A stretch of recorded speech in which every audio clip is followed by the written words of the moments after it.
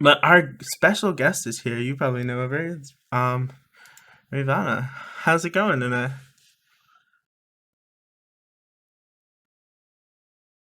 Hello? Are you there? Can you hear me?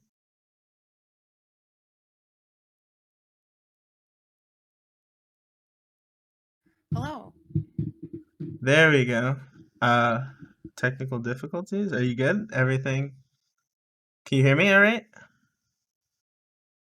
Oop, yeah, sorry. I had your stream playing. I realized I had to mute Yeah, it. it was the lag and everything.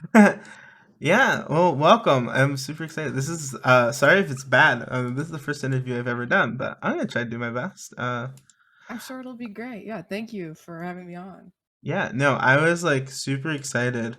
Um I was like super excited to have you on. I heard you. I think we were in. Was it Tom Foolery's panel? Yeah, Um, it was Tom Fuller's panel.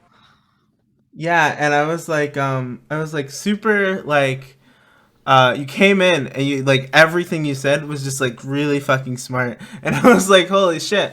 And I kind of like admire like lawyers and law students because at one point that was like going to be my career path, but then I never went down that path Okay. personally. But You that's where still I think you started. might?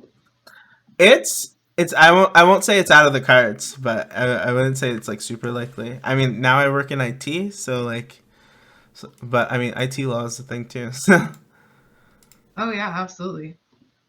Actually, when the school I go to has a very strong intellectual property program, so there's like we offer like a lot of classes on protecting code and patent and trademark like online property.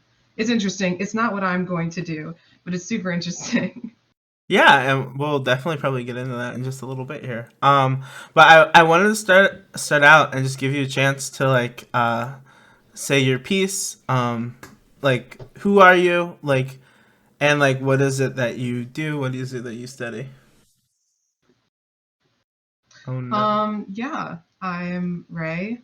I study mostly public interest law, which is it's the type of law that encompasses like disability law, civil rights law, essentially representing the public and their interests, especially when especially doing stuff like pro bono work, because it is difficult to find attorneys who are not in it for the money and want to represent people who are indigent clients and like not able to pay.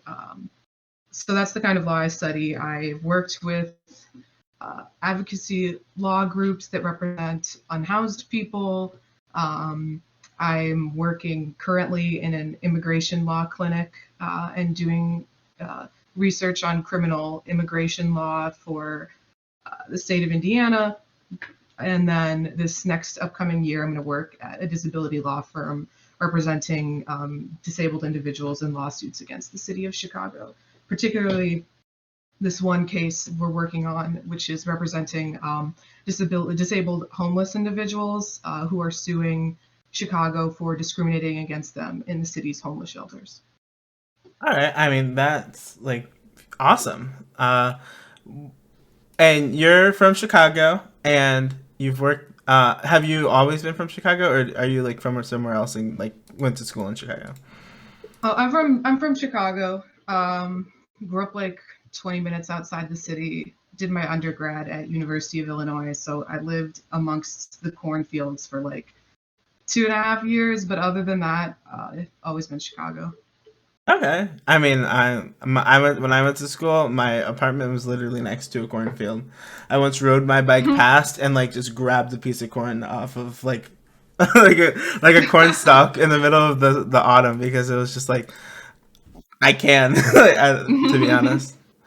But yeah, no, that's super awesome. I love Chicago. My uncle's from down there. He's actually an attorney, but Oh, nice. he works for Ernst and Young, if you're familiar. But he's like a super cool dude, and we get to visit down there. We go like we do Thanksgiving down there like once every 3 or 4 years. It was supposed to be last year, but because COVID, we kind of canceled it and did everything virtually. Okay, that's still fun. But Not yeah, as good as getting to come to the greatest city in the world, the but greatest city in the world. You know what? That's a big claim right there. I'll I, stand I'm by it. I'm personally partial to Vancouver, Canada, so far out of the places that I've visited. But Chicago is pretty awesome. I've got to admit. So yeah, so you want to work in disability law?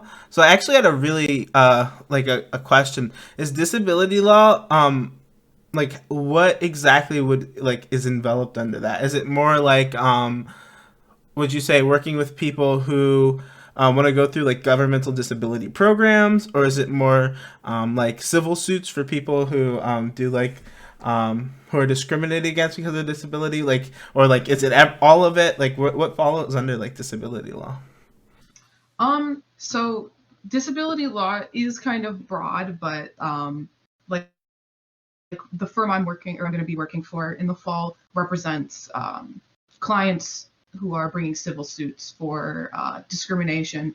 It mostly focuses on violations of the Fair Housing Act, uh, but also the Americans with Disability Act.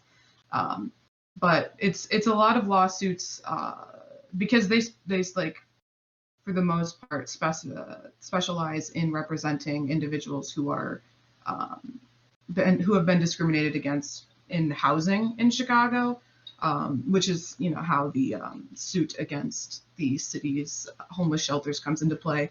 But yeah, so it's a lot of particularly like elderly people who have physical limitations, um, who are bringing lawsuits against like large housing corporations for discriminating against them for like an example would be like an old person wants to live in a top floor apartment and the building doesn't have an elevator, and um, the corporation that the landlord or the corporation that owns the company tells that person that you can't have this apartment because we don't think that if there was like let's say a fire, you would be able to get down the stairs in time. So they might frame it as like we're trying to protect your health and your safety, but it's actually still discriminatory in nature because under the Fair Housing Act, they have to um, accommodate people with disabilities and physical limitations, and that includes, elevator access or similar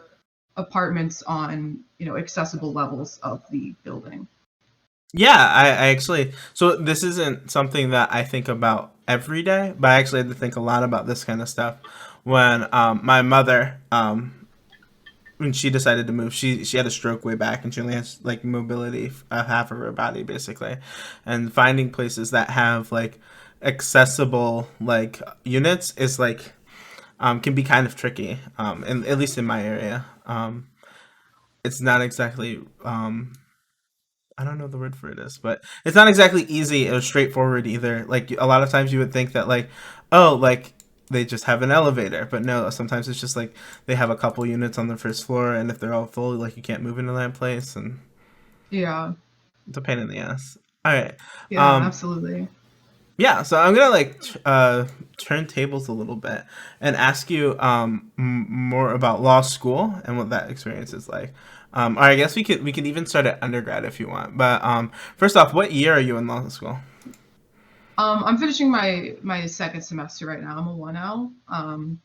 Although I might finish a little bit early based on the way that I've sort of set up my schedule and the classes I'm going to be taking over the summer. But yeah, I'll be finishing up. Yeah, this is my second semester of my first year. Second semester, first year. All right, I've heard that the first year is the worst year. Oh, How do you feel about yeah, that?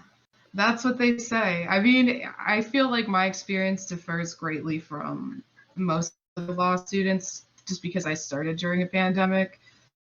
My schooling has always been online for it. So there's not the same sort of fear that like you're going to be sitting there kind of zoning out and the professor's going to cold call on you and you have to stand up in front of class and like you don't know what the fuck to say. You like don't really know what they asked and now you have to stand there and give an answer and they're going to like berate you.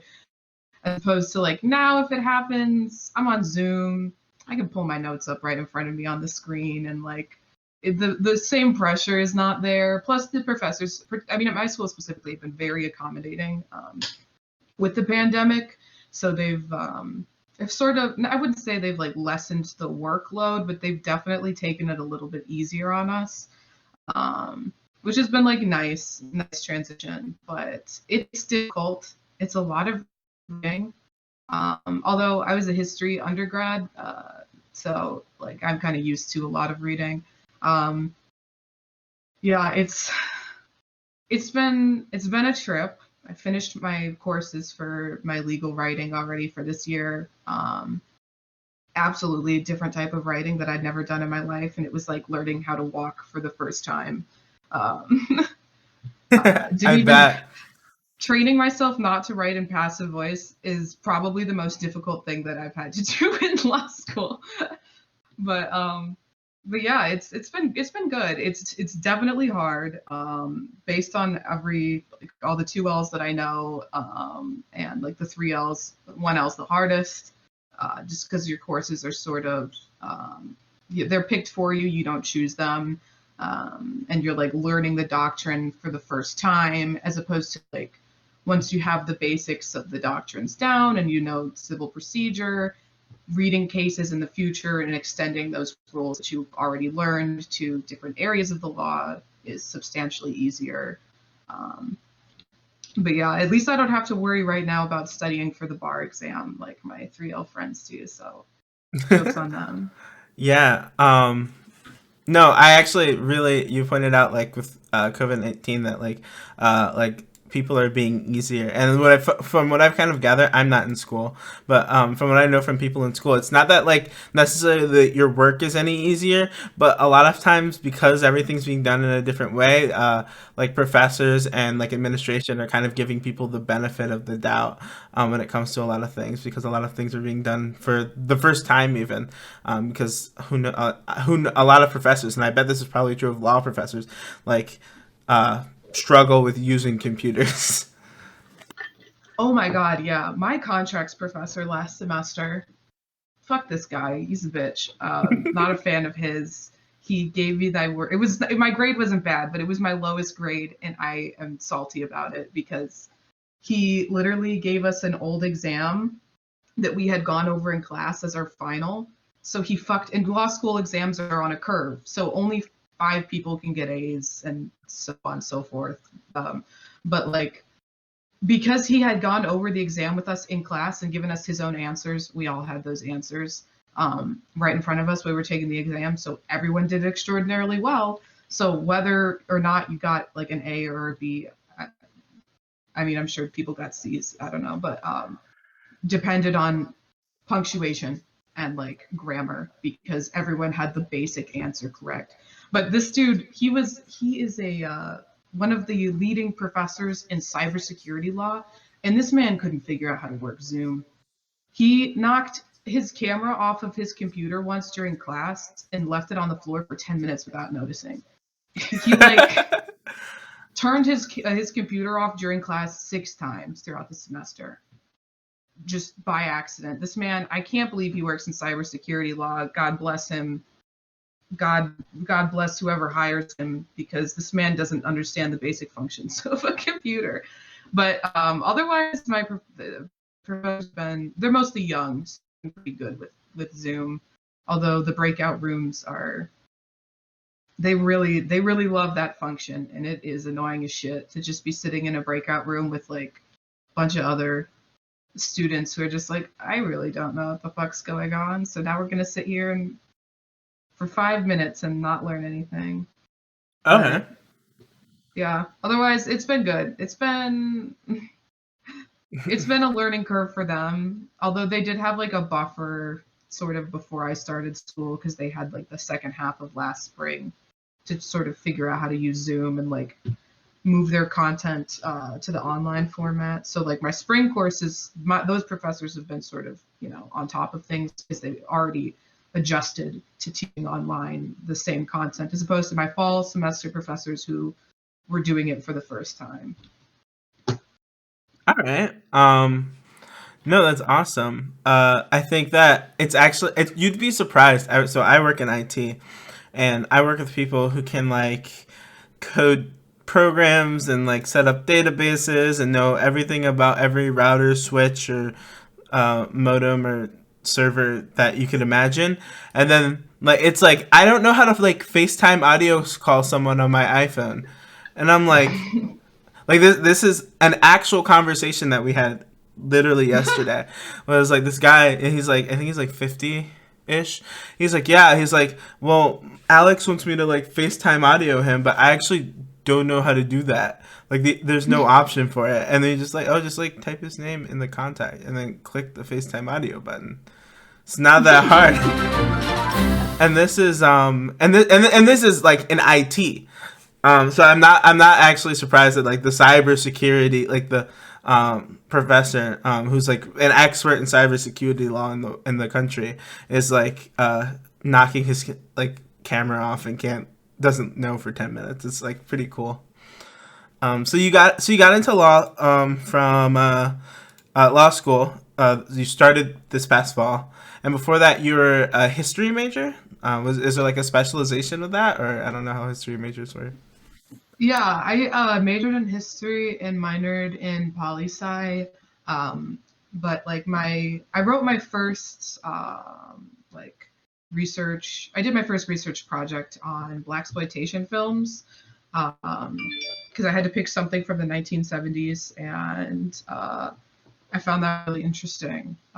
So it was about the way that gender, like particularly like uh, those films hypersexualize the black male characters in it versus like the other characters in it, and the way that it was marketed. But then I wrote two theses because I needed to do another online class my last semester, and the only one I could do is an independent thesis project because I was working full time during that semester and I couldn't go in person to take a class, but which worked out because COVID happened. But so then I wrote one paper on my one thesis on uh, Black socialist separatist lesbians in the Black Panther Party, which was super interesting, and I got to interview some people from the Comanche River Collective, which was awesome. But I also my other one was about American media representations of American intervention in Latin America during the 70s and 80s. So it's very like my degree is very focused in modern history, particularly American modern history. Um, but there's sort of that split between like social movements and then like American intervention in Latin American like politics. So I found both super interesting. Yeah, I really liked it. Hasn't necessarily helped me in law school very much, but just learning how to do that research is definitely a transferable skill.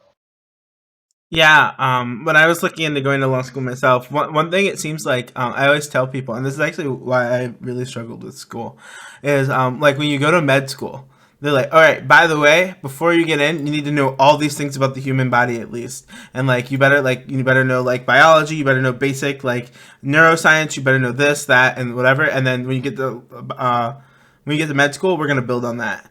And with law school, it really seems like they just want to make sure you can show up to class for 4 years straight. And then when you get there, you're like, yeah, you're all idiots. We're going to throw out everything you ever learned and we're going to teach you like from the ground up, which is cool. But for me personally, I just had a really hard time getting motivated to go to class. And I'm like, yeah, none of this is going to matter in 4 years, which ended up with me not finishing and goofing off and doing stupid stuff. But I loved college anyways. But yeah, Yeah, that's very much the vibe of law school is like you guys know literally nothing.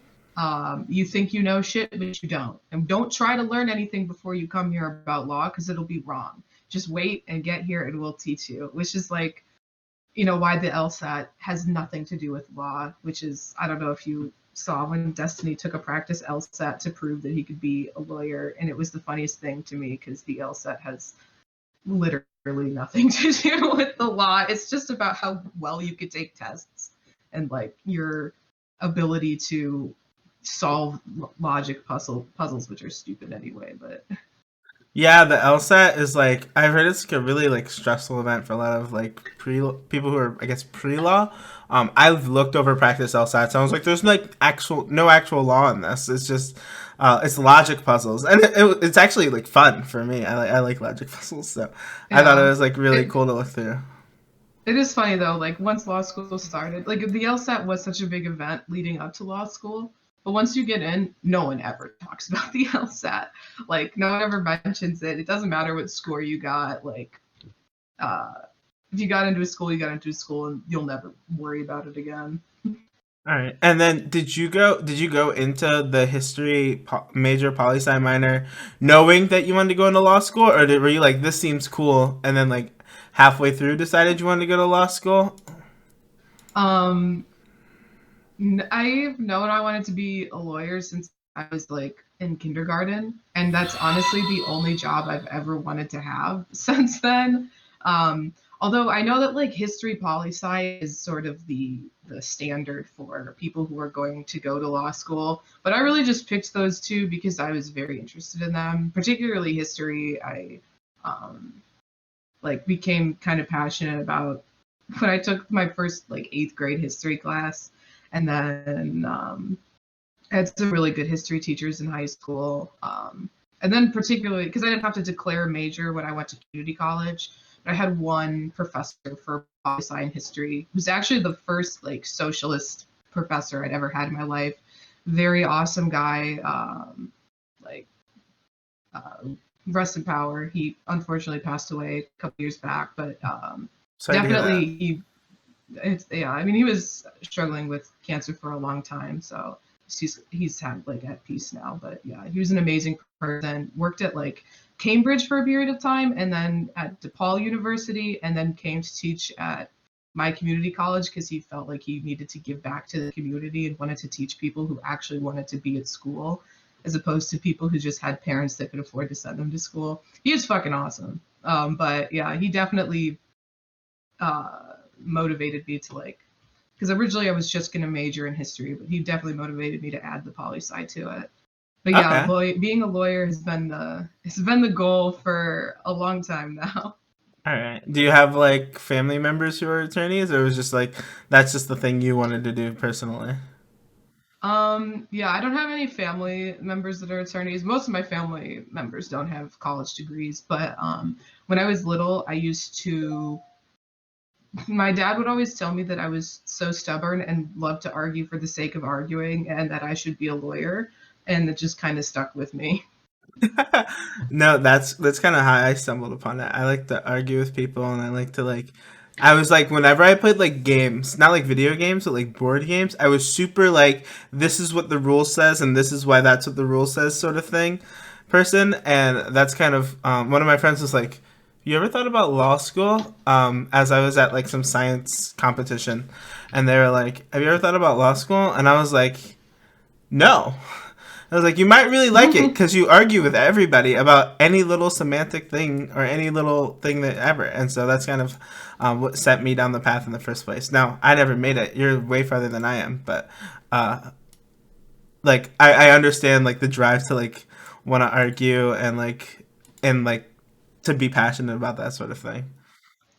Yeah, I mean, you did great on that panel. You should go for it. You'd be a good counselor. You'd be a very very good at yeah, representing someone. I think. Oh, thanks. It's still in the back of my mind. I refuse to like give up on the dream completely. Even though for some reason I'm like a IT worker now. But yeah, so you uh, kindergarten, you're like, I want to be a lawyer, and then you made it to undergrad. Had a really influential professor who was a socialist. Are you a socialist as well? Yeah, I usually just say leftist. I don't necessarily like uh I don't like applying a specific label because then I have people who want to Attack you on like it. yeah, someone who's like, well, if you haven't read X and X theory, then you can't be Mm. this, or like they'll come in and they'll be like, oh, you're a socialist. Name name 6 things that Marx would disagree with in today's society. And I'm like, I'm not interested in talking about this. So I usually just say leftist, but yeah, I You're say leftist. All right. yeah. No, that's cool. I talk to a lot of leftists. I'm probably not a leftist and more of a liberal, but I talk to a lot of leftists online, and usually they're pretty cool people. Uh, and I agree with you. I hate like the stupid label thing, and then like people will say like, oh, by the way, this is what you are, some label, and then they'll like come at you and like ask you about some really specific term or a really specific like thing, like something that like we had a discussion the other day, and they're like, do you know anything about critical race theory? And I was like, well, no, I never. And then like we're talking and I like googled critical race theory, and I'm like, wait, this is like literally every single thing I'm talking about it, I just never called it critical race theory or whatever. And it's like all like a lot of the assumptions are pretty similar, and I'm like, just because you don't know like names or definitions, or you like label yourself as something, doesn't necessarily mean that you have to like read theory or like know like this certain thing if you've like dealt with the ideas, and labels can be harmful in that way. Yeah, I agree. And like having read theory does not make you like a better advocate or a like better organizer or necessarily more passionate about the cause, because I know countless people who read theory and just tweet about it and that's all they do with it, because I don't know, they're not actually interested in organizing or getting involved in their community in the way that the theory that they're reading is advocating for. So it seems to me like more performative in that aspect, like, well, I know what it's called and you don't, or like I've read these books and you don't, so therefore like I have, you know, stronger accolades than you, when in reality it's like, okay, but if you can't apply those things to real world situations or your own life and draw connections, it doesn't matter. Like it doesn't matter that you've read it, like you're just sitting on that knowledge, just using it as like a way to scold people on the internet. Yeah, no, you're 100% right. So you said you wanted to go into so we made it through, we kindergarten to like undergrad. You graduate undergrad.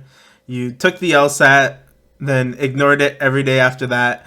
Got into law school, hopefully the law school of your choice, and then you're in law school now. What was like the biggest difference between like undergrad and law school, or was there like a massive difference? Like, um I honestly wish I could say that like I wish I could say that I, you know, strengthened my study habits from undergrad to law school. And in some ways I have. I study now. I never did an undergrad. I never fucking did. I was so goddamn lazy.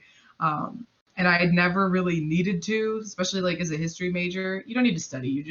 There's a paper at the end of the class. You get the information for the paper and write the paper, and that's it. But law school is very different.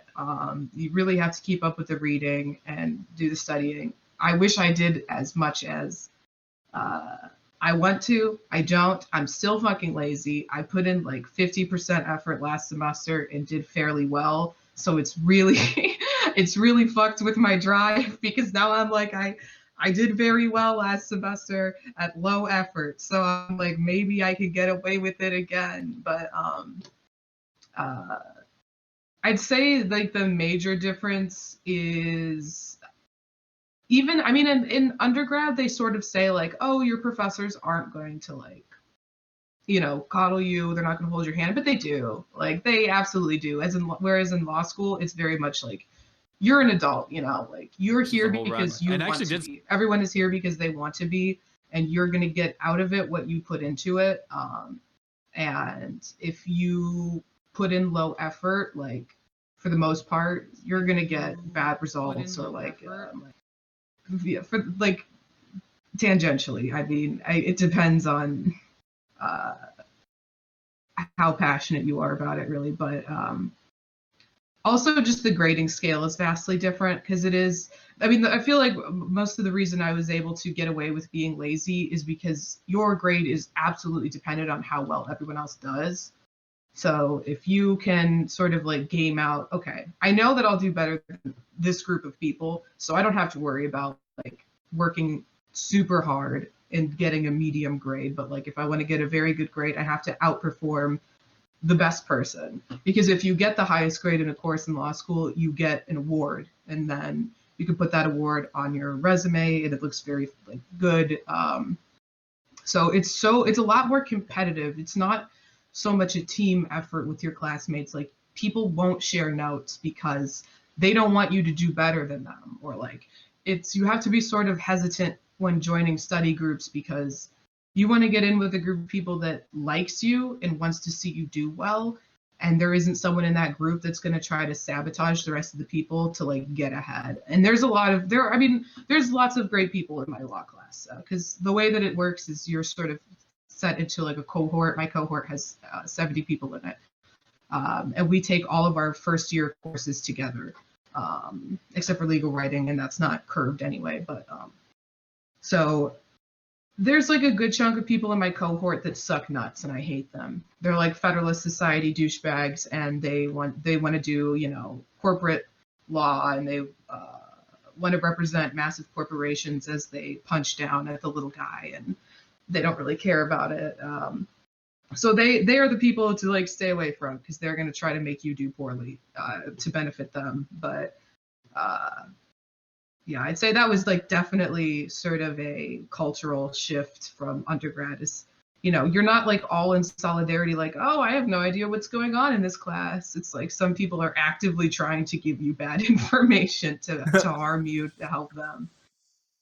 Yeah, so it sounds like you have to be like really, it's like really competitive, and you have to be like really on your shit. It actually reminds me a little bit of this is gonna sound like the dumbest comparison, but when I was in band in school, like when you're competing for like the top spots, like every little like somebody will like take their lunch and like sign out a practice room just so that you can't, or they'll like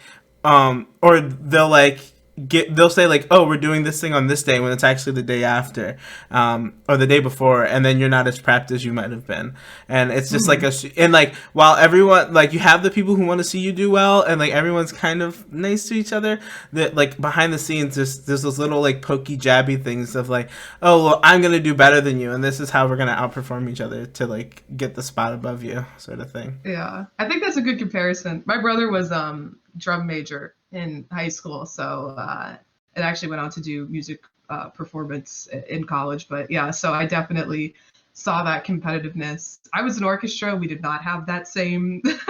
There was no competition really there. There was three cellos. It was, you know, like competing for first seat was just, who's a senior? All right, they're gonna be first chair. It wasn't like sort of like signing out of practice room just to fuck with people. It was a lot more chill, but I did see a lot of that in band. It is competitive like that, sort of trying to sabotage other people. Yeah, no, I complete. Sorry, that's like a Midwestern thing. I completely agree with the whole band is way more cutthroat than orchestra. I got to play with the orchestra. I played the trumpet, but they needed like a trumpet player for whatever, and I played with them. And the environment was just like way more relaxed. They were like, "Oh, we're doing like auditions or something, so everyone knows like which group they're in." And I was like, for band, that's like everyone's high stress. Everyone's like really like competitive, and with orchestra all the kids were like super chill, and I was like, you guys are like pretty awesome. Maybe I joined the wrong thing, but I played the trumpet. I love playing the trumpet. I would never go back. I did pretty well too, so I have nothing to Nice. complain about. I want to talk to you a little bit about like specifically, I know we touched on it earlier, disability law, and less about like disability law, like what it is, but more about like you and like why did you decide to get into disability law? Okay, yeah, I have a disability. I've talked about this all the time. So I have narcolepsy, which it's like a it's like one of those disabilities that they could still make fun of on TV and it's okay. So like it's not like what someone might think of when they like hear the word disability, but I have had some very adverse experiences trying to get accommodations for it, especially in undergrad. Um, just because I mean it is funny. Like I could fall asleep at any moment. That's fucking hilarious. And like I'm not going to be upset at anyone who like recognizes the humor in it. But it is because of that like sort of label. It's hard to be taken seriously when I'm like seeking a disability, but or disability accommodation. But like I need accommodations because I can't stay awake for like I can't work a normal job. I can't really stay awake for 8 hours a day without taking a nap, or it's difficult for me to be able to commit to being somewhere at an early time in the day, or like because I don't know if I'm going to wake up because of the way that just the way that it impacts my sleep is it's not restful. I'm tired all the time. I don't like it's I could set 1,000 alarms. I have an alarm right now where I have to do math problems and shake it to turn it off. I do it in my sleep still. Like half awake, I'm dreaming through the math problems. Like I'm still fucking able to turn it off. Or like if it worst comes to worst in my sleep, I'll just delete the app so that it'll stop going. Like I really can't. It's difficult for me to say, like, okay, I like in undergrad, I couldn't really say I can be at a class at 9 a.m. Like I or 8 a.m. I didn't know if I would be able to do it. Like I hope for the most part, especially when I have my medication, am able to, get up and stick to a schedule. But like I have to have some sort of accommodations, and they didn't really take me seriously, and they needed like documentation from multiple doctors, some of whom had nothing to do with my narcolepsy. So I really it felt like they were just making me jump through hoops because they felt like I didn't need it. And I have small accommodations. So like as someone who has like a physical limitation, it's insane to me the amount of hoops that they have to go through to get the accommodations that they need, just so that they can be I wouldn't even say at the same, starting point as an able-bodied or neurotypical person, because you're already not disadvantaged just because our society is absolutely set up in a way to favor neurotypical and able-bodied people against people with physical limitations, physical disabilities, or mental or emotional disabilities. So, like our 8-hour workday is not, and like 8-hour school day is not something structured to fit the needs of a lot of disabled individuals. So, like already at a disadvantage there, and then you have to do extra fucking work to get the accommodations that you need just to like even be somewhat on the same level as everyone else. So I feel like having those experiences and then sort of like seeing how, my experiences sucked, but I couldn't even like imagine or fathom at that time how much it would, like how much further it would suck, to have more serious disability or like a more limiting disability and needing to get those accommodations. So that got me interested in it first. And then I worked for a year as a teacher in a school for kids with severe emotional and physical, or emotional and learning disabilities, and seeing like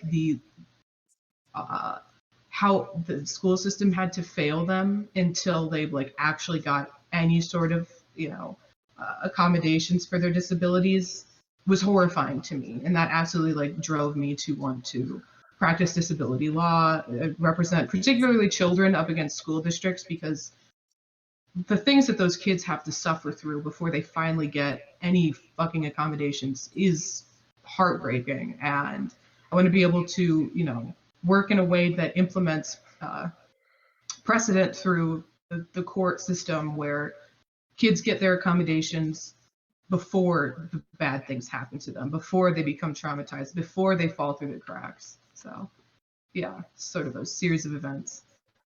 Yeah, actually, that's something I've never thought about. It seems like it's not just the disability itself that holds you back, but just having to go through like I don't know this. So the way I kind of look at like people sometimes is like the amount of time you spend on things. So like everyone has the same amount of time. So that's like for me, I don't think anybody's necessarily better than anybody else or smarter. People just allocate their time in different ways, and so disabled people would theoretically just like have or not in practice just have less time to spend on like for example schoolwork because they have to spend time getting the assistance for the disabilities that they have. Like, and this doesn't even have to do anything with them necessarily, like the specific disability that they have holding them back.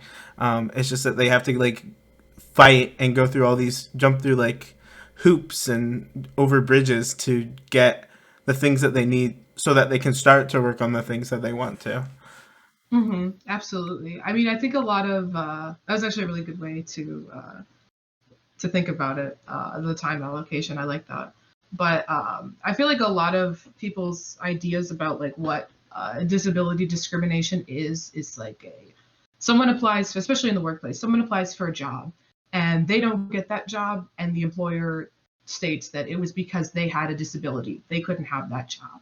Like that is textbook, violation of the ADA. But like the type of discrimination that I want to, you know, sort of work against is the discrimination that someone with a disability won't even apply for a certain type of job because that type of job can't offer them like or won't offer them the accommodations that they need. So like there's a lot of things that disabled people just don't engage with or don't do because they know that they're going to be met with discrimination.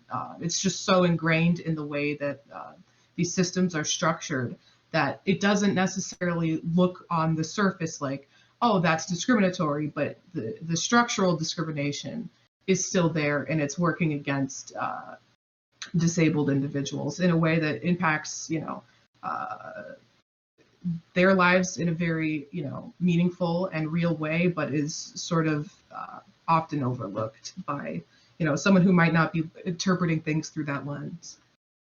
Okay. And so this is a little bit outside the scope of what we were talking about, but if you're okay with it, I would like to go down this path a little bit. So for me, narcolepsy is like the thing they show on TV that's kind of funny, where like someone just falls asleep at random times. I have no idea what narcolepsy like is. Would you be comfortable like explaining that? Oh yeah, absolutely. So just like background, I don't know how long I've had narcolepsy. You can't really know. I just know when I got my diagnosis, and I got that in 2017. I like summer of 2017. Finally, after having like gone through so much bullshit to figure out why the fuck I was so tired all the time. But so narcolepsy is it's class. There's not a lot of things known in psychology about the psychology of sleep. Like it is very much like a gray area. Um, so like I can only speak to, I mean, and I'm not a psychologist. I don't have any sort of deep knowledge on this. So I can only speak to like what I know about it, like from my limited perspective. But so essentially like when you sleep, you're resting, right? You're resting and you're giving like your body time to recover from the day's activities, and particularly your brain is recovering from exerting itself. That doesn't happen when you have narcolepsy. So like when I think that I always conflate the two. It's either REM or deep sleep. I think it's deep sleep where you're actively recovering and not REM. Um, if I'm wrong, please correct me, if anyone in the chat notices that I'm misspeaking. But like whichever part of the sleep that like you recover during, narcoleptics don't experience that aspect of sleep. They go straight into either REM or deep sleep, whichever one is like the part you dream in REM, right? Yes, you Like dream in REM, okay, I believe. we go straight to REM. So like in another aspect of having narcolepsy, I have narcolepsy with cataplexy. Not all narcoleptics have that, but a lot of us do. So the cataplexy aspect of my narcolepsy like causes me to have hallucinations when I'm falling asleep or waking up. Um, so like a very common hallucination is like sleep paralysis is an aspect of it. So a lot like a very common hallucination is like someone sitting on your chest and like pressing down on your chest so that you can't breathe, or like um, it's usually nothing good. It's usually the scariest thing you've seen in your life. Like your brain is like, time to think about this, and you're gonna see it in the corner of your room right now. Like I was kind of, I mean, I'm only lucky because I needed to have this happen because I was getting my diagnosis during a sleep study. But I like during a multiple sleep latency test, I had a hallucination that there was like a dead body in the corner of the room, And since they had all the like the electrodes connected to my brain, they could like measure that going on. Obviously, they didn't know what I was seeing, but like pretty distressful. But that's an aspect of it. Another aspect of cataplexy is like when you become very emotional, you like you'll collapse. So like if I'm crying or really sad, my legs will give out. And like I might just fall down. Or like the same thing happens when I'm like overcome with happiness. So like having to regulate your emotions, particularly in public, is like a big thing for people with narcolepsy, with cataplexy, um, because you don't want to collapse. But I'd say the most like debilitating, the only aspect of the narcolepsy that I find like truly impedes my like ability to function in certain settings is the excessive daytime sleepiness. So because when I'm sleeping, I'm not resting, like I am always exhausted. And the medication helps somewhat, but like it also, I have to go through periods of time where I'm not on my medication because it causes neurotoxicity because it's so strong and like is meant to, stimulate your brain even further. So it's not even like it's really not getting rest then. So yeah, like I have to be careful like taking public transportation alone as a woman because God forbid I fall asleep on the blue line and something fucking awful happens to me, or like I can't drive really. I do sometimes, but I'm not supposed to because I could fall asleep at the wheel. So I only drive when I have to, or I like know that I'm not like super excessively tired that day.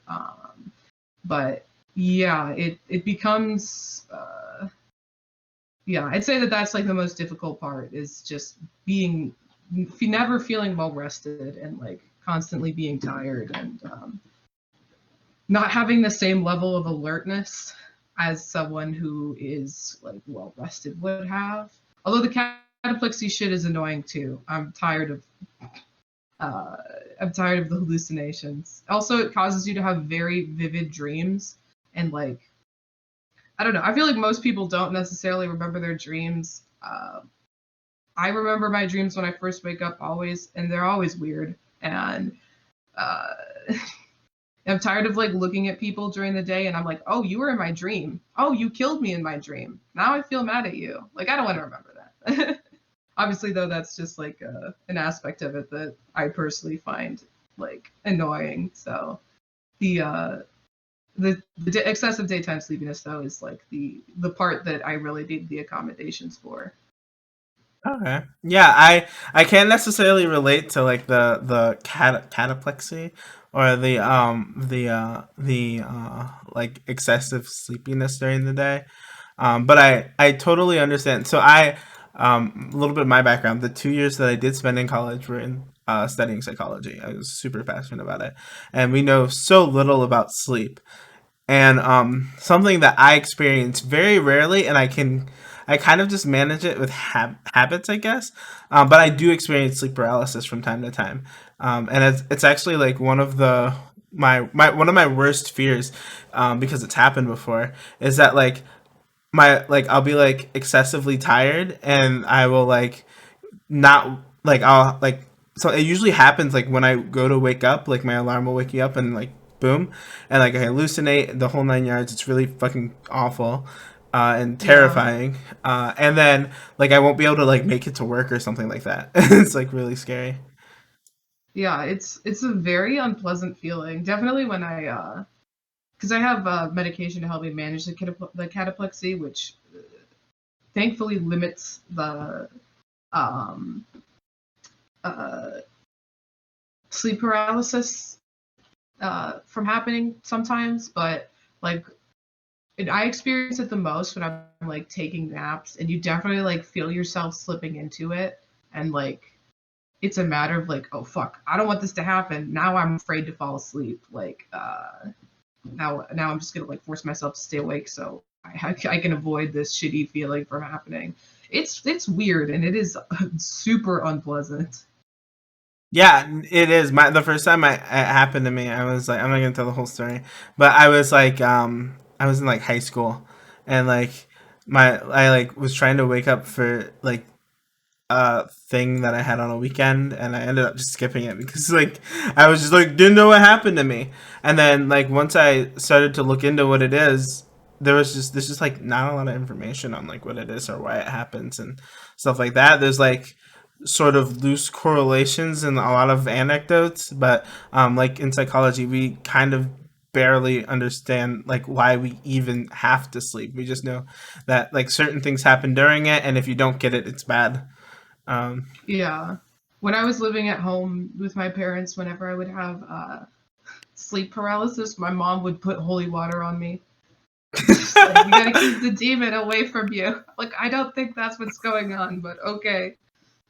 yeah, and that's funny because I don't know if you've ever seen like the sleep paralysis memes where they talk about like the sleep paralysis demon. It's like Yeah. the figure in the corner of your room watching it. Like I've had that Mhm. experience, and it's like well I know it's not actually a demon, mom. But no. Okay, so narcolepsy. That sounds awful. By the way, I'm sorry that's something you have to go through. Um, so you said like It's with manageable. so with narcolepsy, you said you can't really work like a 9 to 5 9 to 5 job. Um, does that concern you when you're trying to get into like law at all, Um, or?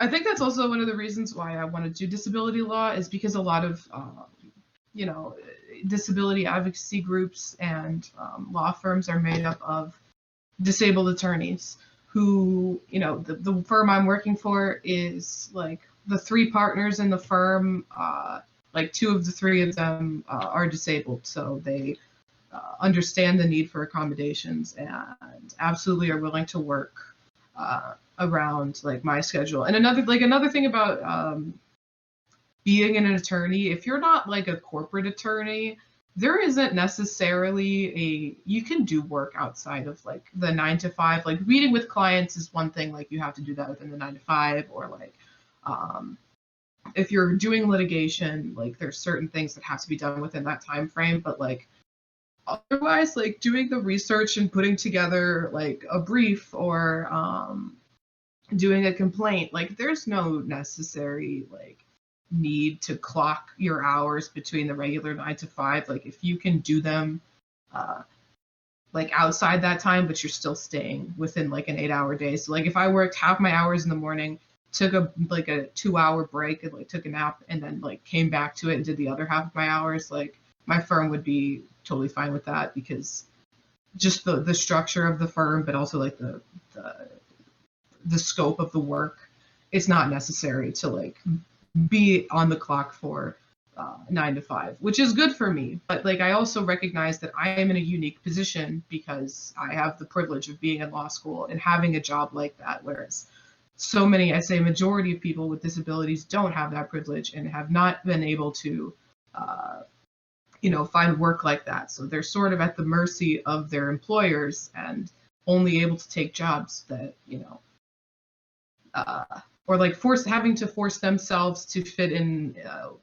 an able-bodied or neurotypical world, and adjust their life to that as opposed to the structure of their job adjusting to accommodate them, which is the way that it should be, in my opinion.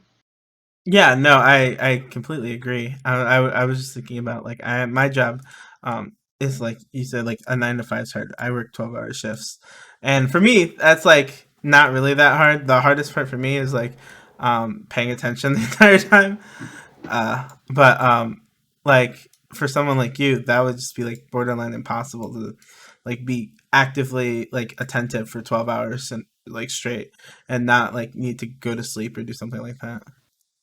Yeah, I can't really imagine that. I see people do like 24-hour streams, and I'm like, I wish. I can't imagine like after streaming for 4 hours, I'm like, all right, guys, this has been too long, and it's time for me to go to sleep. Wow. Yeah. So, actually, the next question I have for you, is from chat. I don't know what this means. So if it's like a meme or something, you can just tell me to shut the fuck up. But it's from Rare C0716. They said, ask you about your attentions to defend Scientology's tax exempt status.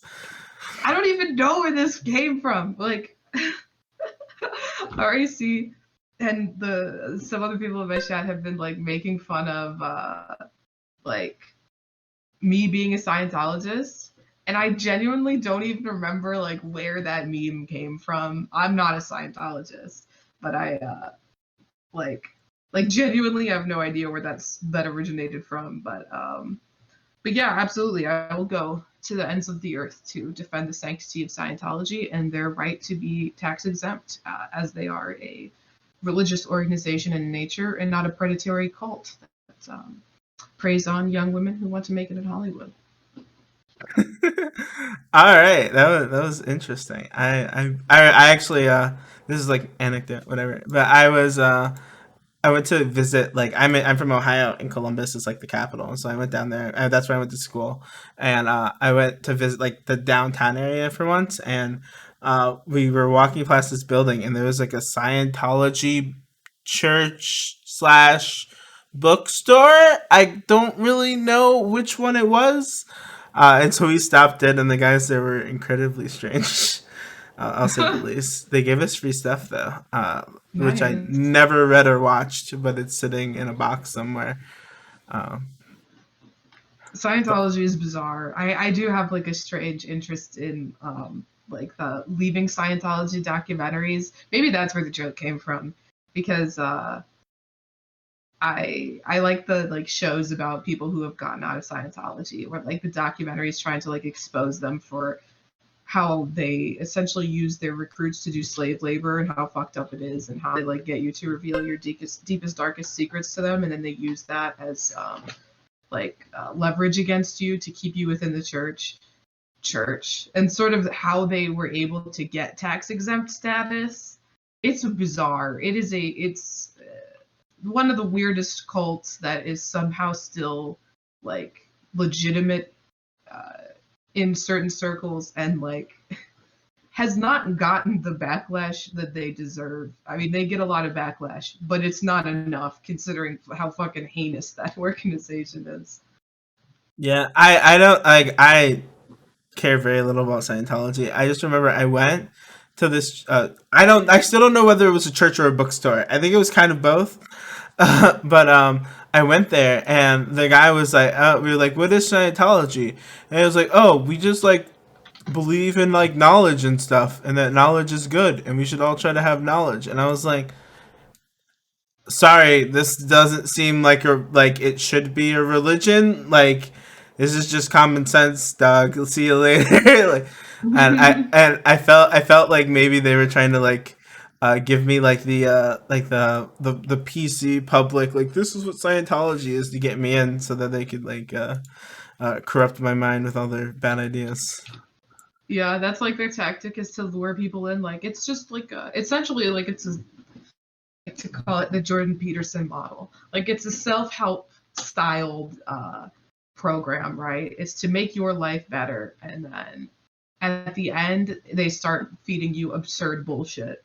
Like at first it's like, yeah, join Scientology. It's a community of people who help each other become successful, and then you pay hundreds of thousands, if not millions of dollars to get to the top level, and they're like, actually, a giant alien is in control of the world, and all of us communicate with the alien spirits that live within us. And it's like, whoa, whoa, whoa, that seems crazy, but I spent so much money and time to get here that I don't want to say that you're wrong, because then I look like a fool.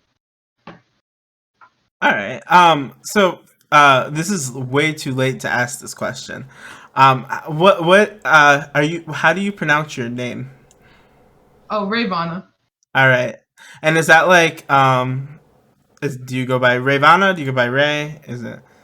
I go by both. Either way is fine. All right, cool. So Rayvana, I wasn't sure. It looked weird. There's two Y's. Um, anyways, all right. Now that we got that out of the way, I should ask that like an hour ago. Um, my next question kind of goes off like the I asked you for a little information about yourself. So you said you want to go into like disability law and then possibly politics. What about politics interests you, and like what you want to do in politics? Would you like to like do political organizing? Or are you thinking more about like being like being in an elected office and like campaigning and stuff like that? Oh, that sounds so terrible. I would never want to be a politician. Fuck that.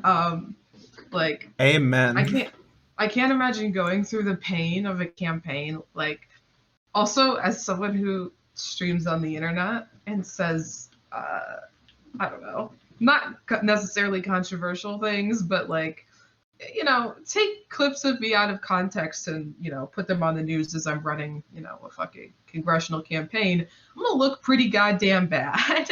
And uh, yeah, so that's not something I'd ever be interested in going through.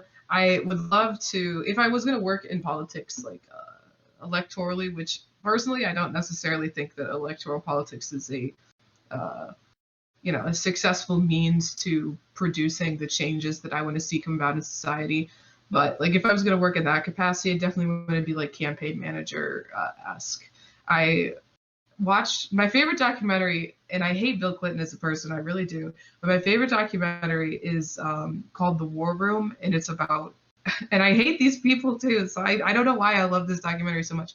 It's about George Stephanopoulos and James Carville and how they ran his successful presidential campaign in 92, and just like seeing the work that went into like getting someone elected very much got me interested in like campaign management. But otherwise, like, I definitely would want to work in organizing uh community and local advocacy groups as opposed to electorally, because I think that organizing a campaign of people to support something like Medicare for all is significantly more powerful than just organizing random elected officials to, uh, go to Washington and just be one voice amongst, however other many Congress people, as opposed to having a large mass movement of people pressuring them to change laws in favor of the needs and wants of the people. Although running a campaign sounds like so much fun, I want to do it. Yeah, no, I agree with your sentiment as someone who's on the internet, and it's probably, I mean, not that this is actually what I believe, and I'm pretty sure I've openly said on stream, oh, I'm probably ableist. Like, these aren't statements that would go over well with like uh trying to get elected into some sort of office. And also, I don't think I'd want to be a politician. That just seems painful. I think I made that decision. I'm not sure if are you familiar with Hank Johnson? I think is his name. um, I I'm not sure. Well, something it's very short, so it's not like a big time investment. But in your free time, if you get the opportunity, there's a man named Hank Johnson, and I don't know the context around this, but he basically is a representative for Georgia. I think he might still be. And a while ago, he once like made the argument that we can't have troops in Guam because if you put too many troops on the island would capsize. As in, like, flip over. Oh no. And I was just like, and I'm looking at him talk, and I'm looking at all the people around him, and I'm like, I'm sorry, I don't have the energy to, like, treat this person as, like, a good faith person, and, like, not, like, throw ad homs at them. I can't do it. Um, Yeah. Like but when oh my god, what was his name? The libertarian candidate in 2016, fuck. Uh Something very, he's got a very basic white man name. It's like two first I names. I can't remember I know what you're talking about, But but I can't remember his name. he couldn't name one like other country's leader in an interview. And we all have like our brain farts or shortcomings, but that man was the governor of New Mexico.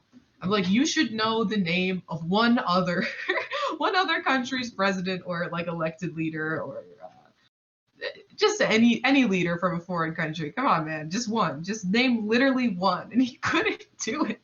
Yeah, I think you're talking about Gary Johnson. Gary Johnson, yes.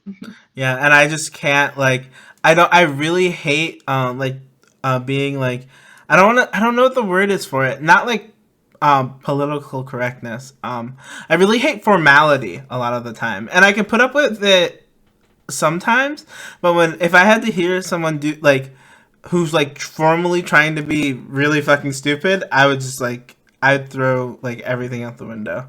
I think, and I feel like that's like the job of a politician is to like respond everything with formalities, and I would be like, fuck that.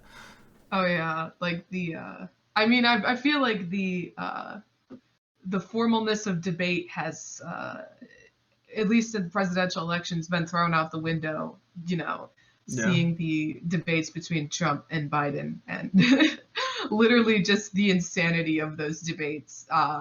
Literally bubbled down to like what a Twitch debate is like, just someone just screaming louder than the other person, as opposed to Nixon and Kennedy, although I'm pretty sure that Joe Biden was very drugged up in a similar sense to, well, I mean, they gave Kennedy drugs to calm him down. They gave Biden the good stuff to to wake him up for the debate. But Yeah. yeah, it was, I don't know. But I mean, like an elected official, if someone comes up and asks them a stupid question, like if it's a constituent or like a reporter, you have to stay calm, as opposed to like, I don't know, if someone like comes into a Twitch chat and asks like one of us something stupid, we can just be like, that's dumb. Like, I don't, that's a stupid question. I don't have to engage with that. Can't really do that if you're a governor or Yeah. Like if I was a president. politician, I couldn't tell Venus Viv that cults bad, Scientology good is probably the stupidest thing I've ever heard. That's not something I would be able to say. I don't think they actually believe that. I think they're joking. But just as an Yeah, no, she's example, she's fucking with me.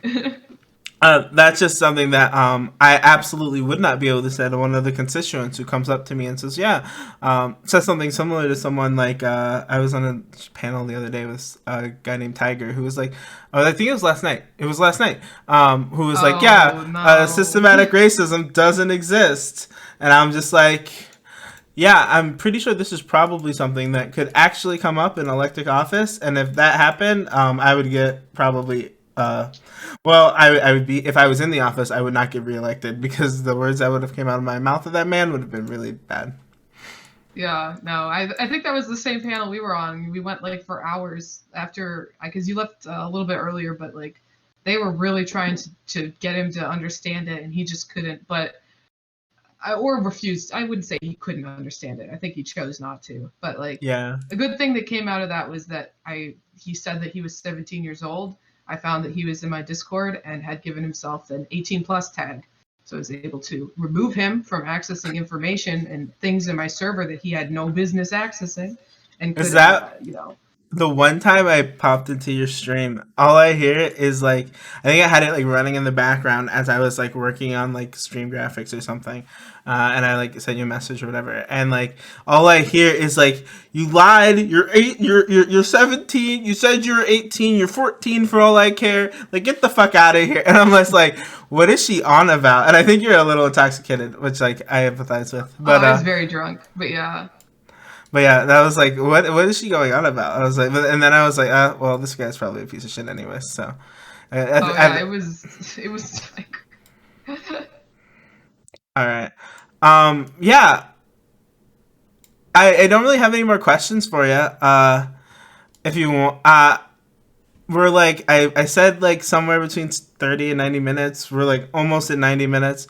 If you wanted to go a little bit more, we could like talk about like politics or something like that, or if you just like to go and plug your stuff, like that would be cool too. Whatever, I'll let you like decide if you want to do anything with this last like 20 minutes, or if you just want to like go ahead and call it quits now. But it's been a pleasure to have you here, and I've like enjoyed it like super much. You're super cool. thank you. Yeah, absolutely. I'm happy to be here. I do have a question for you, actually. Because Okay. I'm sort of curious about. You said you were like more uh, of like a liberal, so I'm kind of curious as to like what you think is like the most pervasive issue in America right now, and then like a what you see like as the way to move forward to fight against that issue. Yeah. So generally, if I were to pick one, I would say wealth. What was I gonna say? Not wealth inequality. Wealth inequality is a really big one. in terms of like a policy, I'd probably say the war on drugs is awful, and getting rid of that would be probably really good. Um, and the way to probably go about it is to like decriminalize drugs and put money into the communities that have been ravaged by that. I would also really like. I mean, I don't think this is as important of an issue, but I've been really on the like reform the police thing lately. Hmm. But this like just like numbers wise impacts less people, but it could be like a really good sign of like culture change along with the war on drugs to do a lot of things. And I would like to see like third party regulatory bodies for police. I would like to see like state level standards similar to the way that like law, like it's done in law or like in the field of medicine, where you have like state standards on like different procedures and stuff like that that people have to hold Hmm. to. Kind of like the idea of like a bar association. And generally, the reason I get maybe I'm asking a question, answering a question you're not asking. The reason I've never made it all the way to like leftist circles is because I think a lot of times we see that like within the system that we have today, there's a lot of or similar systems like we have. If you look at like with like some European countries and like certain things in a couple of Asian countries, a lot of the problems we have been solved by people places other places in the world. So why would we like radically change systems when we can look at systems that already work and like emulate them? Okay. Yeah. Like that makes sense to me. I think that like I suppose like I say from my point of view, it's not so much about radically changing our societal structure as opposed to I don't think that we can necessarily get those changes from within our structure. I think that the pressure to get those changes needs to be applied from the outside. So like my idea of what like a radical reform would be is community-based organizing, to create a broad coalition, a mass movement of people that can put pressure on elected officials to pass policies as opposed to um, trying to elect representatives that maybe tangentially support these causes but have very little institutional power, even as an elected official, because it's just one voice amongst many. And even with, even if you elect a Congress full of people that support you, there's obstacles, and without the pressure of the population or the pressure of their constituents pushing back on them, it's not effective from my perspective. But I do think that there's reforms that need to be made in our system. I think that the Senate is an outdated and insane concept, and that needs to go. Um, I think that having money in politics is one of the sources of almost all of our problems. That needs to go. Corporate money. Um, Although I would not go as far as to say I think that lobbyists are bad, because not all lobbyists are Raytheon and Lockheed Martin, and some lobbyists are community organizers and activists and constituents, groups like that. So, but abolishing like money-based lobbying is important to me. But yeah, not so much like insurrection, burning down the Capitol, replacing it with something new, but applying pressure from from outside the system instead of trying to get change from within it is my take on that. No, I think I kind of agree with you a little bit. Although I think that like, I guess this isn't exactly the same, but like one way I would say in which we could like kind of do that is that right now like voter turnout, especially at local elections, is abysmal, and like these people who don't vote are essentially outside of the system, and like enfranchising tons of like groups of people and like just like something like mandatory voting and getting like a lot of people to vote and like make their opinions heard would be like one of the most radical changes in like policy that we would ever see. Because from what I understand, it kind of seems like politicians generally follow what their constituents want, but constituents are more likely to be conservative. They're more likely to be white than like the our actual population is, and so right now we just have a problem where like the people who vote don't represent the population of the United States, which is like one of the core, which is like a core democratic principle. Is like they're supposed to be representative. Hmm.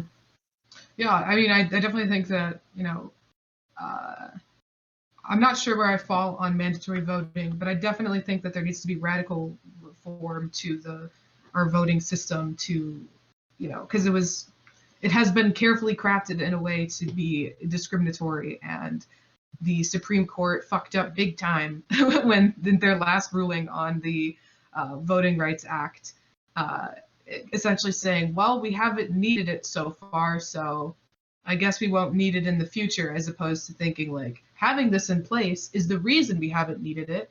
So if we get rid of it, now that's going to be a fucking problem, and then we'll see instances of, you know, more mass voter discrimination and uh, like targeted discrimination. But I could go on for about the Supreme Court for a long time, so It I'll seems like stop you there. could.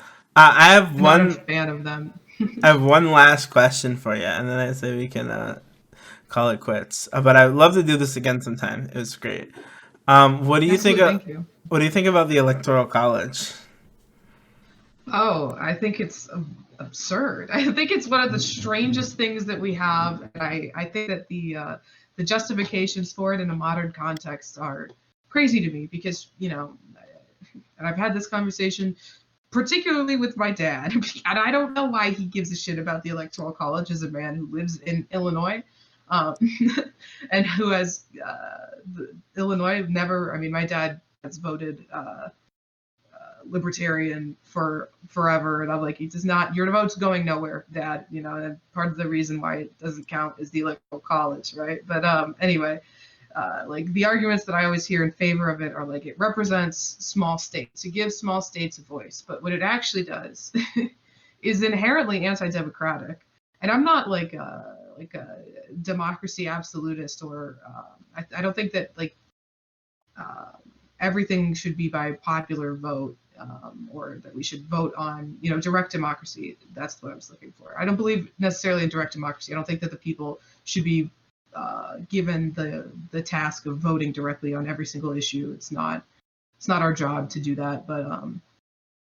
But yeah, the concept of needing to give small states a bigger voice, like there's less people there. That's why they would have the smaller voice, and they get to elect people to represent them in Congress, right?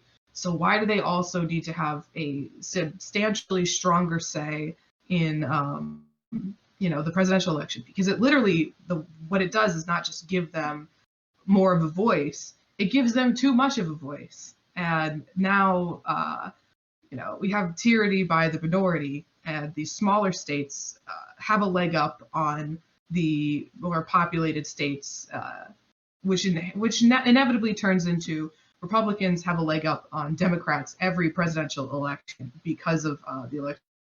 Which, I mean, I'm not a fan of the Democrats. Obviously, I despise the Republicans, but I think that even without it favoring the Republicans as opposed to the Democrats, like it's a terrible system and silences the voices of the majority of Americans. And we see that with, I think, aside from this last election, in the last 8 presidential elections, or 7 out of the last 8 before this previous one, like the person who won the popular vote was not the person who was elected president.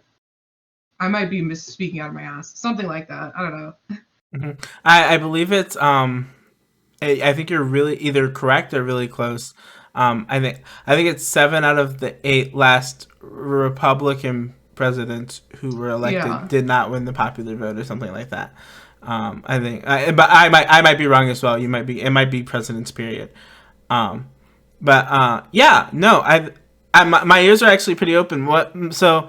I'm not necessarily married to the idea of the Electoral College. I don't really care, but it seems like if we got rid of it just by itself, or getting rid of something like the Senate, we would just like say fuck you to like all of the little small states, and like yeah, it seems like their voice is a little bit too strong right now. But do you like I'm it seems like you might do you have like a solution for the problem, or like a way in which we could like reduce the impact, or the disproportionate amount of power that they have in like groups like the Senate or the Electoral College, without necessarily like making them basically silent minority voices who don't mean anything, and like can just get rolled over. Um, I mean, abolishing the Electoral College and the Senate is obviously a goddamn near impossible task because it would require amending the Constitution, and yeah, I don't think it's Yeah, like that's not happening. realistically gonna happen through that through that, especially considering. I mean, fucking. But I think my issue in the Senate lies within, you know, uh, Wyoming has the same amount of senators as California. That's fucked up. I'm sorry, that is inherently fucked up. So I feel like you make it. I mean, my criticisms of these programs are mostly just like, I fucking hate them and I don't want them. I don't want there to be Senate. I don't want there to be Electoral College. But actually making that change is very difficult, and it will be very hard to get, the states to sign on to ratify the Constitution, but or to amend the Constitution. But I don't know. There's some interesting, like, I can't remember what his name is.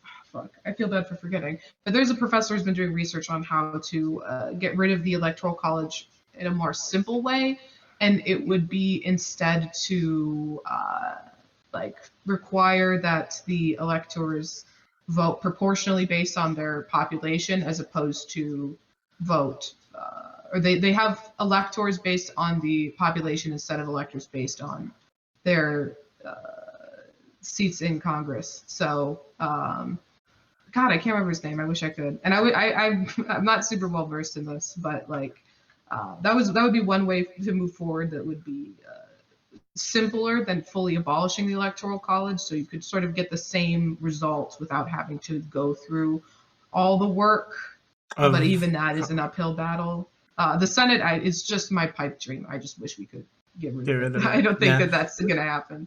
So, this is like a me spitballing ideas off the top of my head that you may or may not have explored. I've never thought about getting rid of the Senate before. I've thought about like other things. What would you say to something that um, like made the similar Senate more similar to the House, but less, in a less drastic manner? So maybe like a what do they call it? Like an exponential sort of thing, where like where like it like caps off the number of senators you get per population, but it's still relatively population represented. So that a state like Wyoming might only have two senators, and a state like California, while they wouldn't have like a proportional amount of senators more than Wyoming, maybe they would have like eight senators or something like that. So they get a bigger say, but not necessarily a like overwhelmingly bigger say. Just so that those smaller states and those smaller districts that might have issues that are unique to them can still kind of have a little bit more of a voice without get it being to the point where they're just like, yeah, what we say goes, because we have like a massively overrepresented like say in our government. Yeah, I think that's interesting. I never like thought about it. I mean, it would still require a constitutional Yeah, amendment, it would, which which is is like not happening, but yeah. But like, I think that might be like, I mean, the smaller states are going to hold on to the Senate for dear life, because it is how they, stop legislation from passing. It's how they pass unpopular legislation, specifically, and maybe it's popular in their state. I don't know, but like, a majority of the American public disagrees with it, but they're able to get it through because they have this, you know, hold over such an important legislative body in our country. But I think that is definitely like less drastic than saying, Fuck the Senate. we're going to get rid of it in its entirety. Good luck. Although I will say that like most European countries, they're what would be their equivalent to the Senate, their upper chamber of their legislature, has way less power than their lower chamber, because the lower chamber is actually like more representative of the population and like the people's will, and they're supposed to be closer to the people, right? So I think that's interesting. I mean, Yeah, that would be, again, have to completely almost restructure impossible. everything. Yeah, So, but that, but that that seems interesting to me too, because like maybe it seems like in the United States we gave the Senate like a fuck ton of power. Like you're talking about like between the House and the Senate, the House can do like something, and I'm really like, you're the history major. I suck at history. I don't know anything about this shit. But I believe there's like a lot of powers that are like exclusively getting to the Senate, and the vibe I remember getting when I took history class is like the Senate is like just way stronger than the House, even though the House has like way more people. And like maybe if we gave, if we like weakened this, like brought down its power level a little bit, it would also be something that was like a little bit more fair. yeah, yeah, you're right about that. They definitely have more uh, power within the legislative body than the House, but also just because there's so many, uh, so few of them, and I mean, they have the filibuster. The House doesn't have the filibuster. Like they're able to prevent legislation from passing with ease. And like the senators need to be, courted a lot more than representatives, because like we need this person's vote. We can identify this one, like Joe Manchin. Like the Democrats would say, like, we need Joe Manchin's vote, so we're going to give him whatever the fuck he wants. We're going to give him any rider on the bill that he wants to get it passed. So then that way, one person becomes very powerful, as opposed to um, the House, where like maybe a caucus is doing that, or like a committee is doing that, as opposed to it's just one individual who is, sort of enacting their will against the rest of the legislative body, or against the like one needs of their constituents. Right. Well, I told you that I was gonna like massively respect your time. It's been 90 minutes. So I just gonna say again, thank you very much for coming on. I really enjoyed talking to you. You seem like you're really smart and you're really cool and chill. Really great vibes. I love the cello in the background. That's just like awesome. Thank you. And I'd love to do this again sometime. I want to give you the last, like, well, however long you want to take, minute, two, whatever. Plug your shit. Talk about any like projects you're working on. Talk about like what's coming up in your content the next week or so. Just say your piece to like everyone who's here. And I plan to publish this to YouTube, so like YouTube people can see this too. All right, sounds good. Thank you also for having me on. I appreciate it. This is a great conversation. But okay, yeah. I'm Ray. This week I'll be streaming Monday, Wednesday, Thursday, and Friday. I'm not gonna fuck up and not stream like I did last week. I promise I'll be here. We don't have anything specific planned except for Thursday. We'll be getting drunk as always, doing debates. So go ahead, follow me on Twitch, twitch.tv/Ravana. I'd say follow me on YouTube, but I have 0 videos up on YouTube. So, maybe follow me in the future for for future content if I ever decide to create it. And that just YouTube name is Ravana, same as Twitch name. But yeah, if you're interested in talking about politics, if you're interested in talking about law, history, don't be afraid to come by, stop by, 7 p.m. Central Time, Monday and Tuesday through Friday, or Wednesday through Friday. All right. Well, thank you so very much for being there. I spammed your link in the chat for your Twitch channel. Check out her YouTube too, even though there's no videos, which you should get on that, because if you know, I don't know if you know anything about making a Twitch channel, but it's like 90% YouTube is actually how you do it. But yeah, I would love to talk to you if you're doing debates on your show and I see you saying some stupid shit. I might try to debate myself on. That's like something I like to do. Absolutely. But thanks for coming around, and like it was nice having you. Yeah, thank you. All right, have a good one. You too. Bye. Bye. Awesome. That was pretty great, actually. Um, I guess you guys can look at my Steam thing. I'm fucking around with stuff, so I need to make like a new scene. Actually, is there like a duplicate option? Yeah, here we go.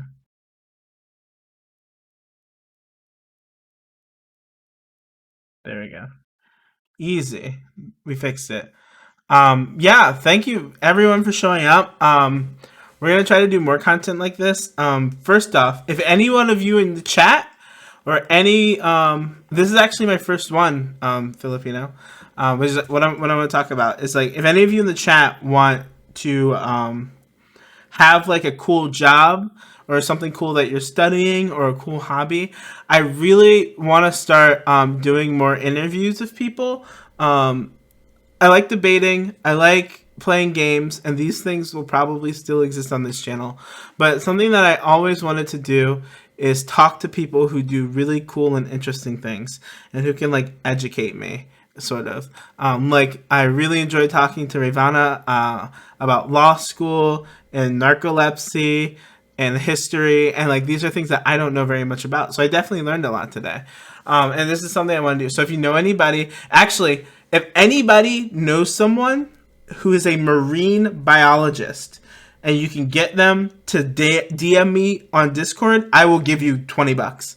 Like this is like my goal. I want to talk to a marine biologist.